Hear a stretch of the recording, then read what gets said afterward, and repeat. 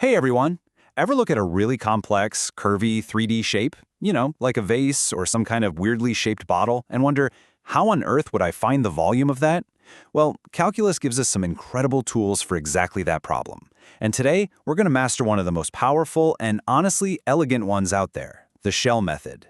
So let's start here. You can think about finding the volume of these shapes in two main ways. You might already know the disk method. That's kind of like slicing a loaf of bread. You cut it into a bunch of thin, flat disks, find the volume of each one, and then add them all up. But today, we're focusing on its clever cousin, the shell method. And this is totally different. It's more like peeling the layers off an onion. But why? Why do we even need this onion method if we already have the bread slice method? Well, because sometimes slicing like bread gets really messy. You can end up with integrals that are just a nightmare to solve, or sometimes even algebraically impossible. And that's exactly when the shell method swoops in to save the day. Okay, so what is it formally? The shell method works by imagining the solid is made up of countless, incredibly thin, nested cylindrical shells. Think of it like those Russian nesting dolls. And here's the absolute key takeaway, the big difference. These shells are oriented parallel to the axis you're spinning around. The disks were perpendicular, right? This one little change in perspective is what makes the method so incredibly powerful. So where in the world does the formula for this come from? It's not magic, I promise. It's actually built on a really simple, intuitive geometric idea. Let's deconstruct it so you actually understand it, instead of just trying to memorize it. So I want you to picture one of those super thin onion layers, a hollow cylinder. And now imagine taking a pair of scissors, slicing it right down the side, and unrolling it until it lays perfectly flat. What do you have? It's not a cylinder anymore. It's just a very thin, flat, rectangular sheet. And we definitely know how to find the volume of a simple box like that. Okay, so what are the dimensions of our unrolled sheet? Well, think about it. The length of that sheet is just the circumference of the original cylinder, which is always 2 pi times the radius. The height is just, well, the height of the cylinder, which our function is going to give us. And the thickness, that's our tiny infinitesimally small change in x, what we call dx. So if the volume of that one unrolled shell is just length times height times thickness, that means it's 2 pi r times h times dx. To get the total volume, we just use an integral to add up the infinite number of shells from our starting point to our ending point. And there it is. That's the shell method formula. Pretty elegant, right? All right, theory is great, but let's be real. The best way to understand this is to actually put it to work. Seeing it solve a problem is where it all clicks into place. So let's walk through an example, step by step. Now, for every single one of these problems, we're going to follow this simple 5-step process. This just keeps everything organized. It's like a checklist to make sure we don't miss any of the key pieces when we're building our integral. Okay, here's our first challenge. We've got this region bounded by the curve y equals 2x squared minus x cubed and the x-axis. And we're going to take that entire area and spin it around the y-axis to create a solid 3D shape.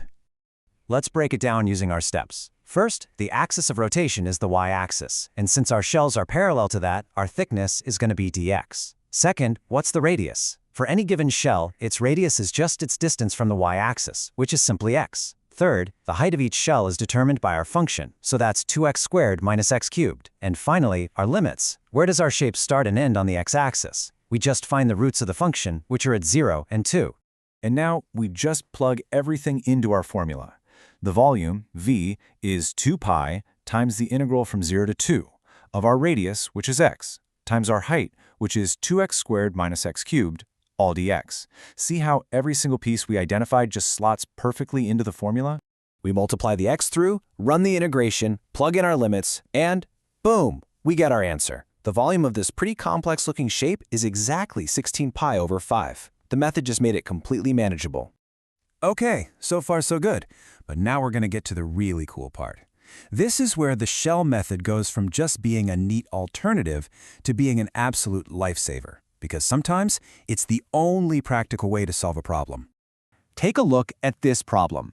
We're rotating the function y equals x times the quantity x minus 1 squared around the y-axis. Looks simple enough, right? I mean, until you try to use the disk method. And right here, this is the aha moment. To use the disk method here, since we're rotating around the y-axis, you need to solve that equation for x in terms of y. But that function is a cubic. Trying to invert it to solve for x is an algebraic nightmare. It might actually be impossible. But the shell method? It doesn't even blink. It lets us use the function exactly as it's given in terms of x. It just completely sidesteps that impossible algebra. That's its superpower. And this flexibility is amazing. What if we rotate around a different vertical line? Say x equals 2. No problem. The radius just becomes the distance to that line, which is 2 minus x. What if the region is stuck between two different curves? Easy. The height of our shell is just the top curve minus the bottom curve. The same basic framework handles it all perfectly. So, the huge point here is that calculus isn't about just memorizing one way to do everything. It's about building a toolkit and knowing which tool is the right one for the job.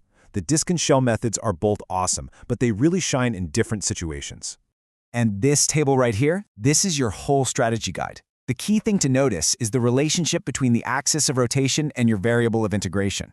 The shell method is your go-to when your representative rectangle, the thing that defines your radius and height, is parallel to the axis of rotation. Making that choice up front can save you from a world of hurt. So I'll leave you with this question. The next time you see a volume problem that looks really intimidating, just remember the onion. Think about peeling back the layers. With the shell method now firmly in your calculus toolkit, what problems that might have seemed impossible before are now totally within your reach.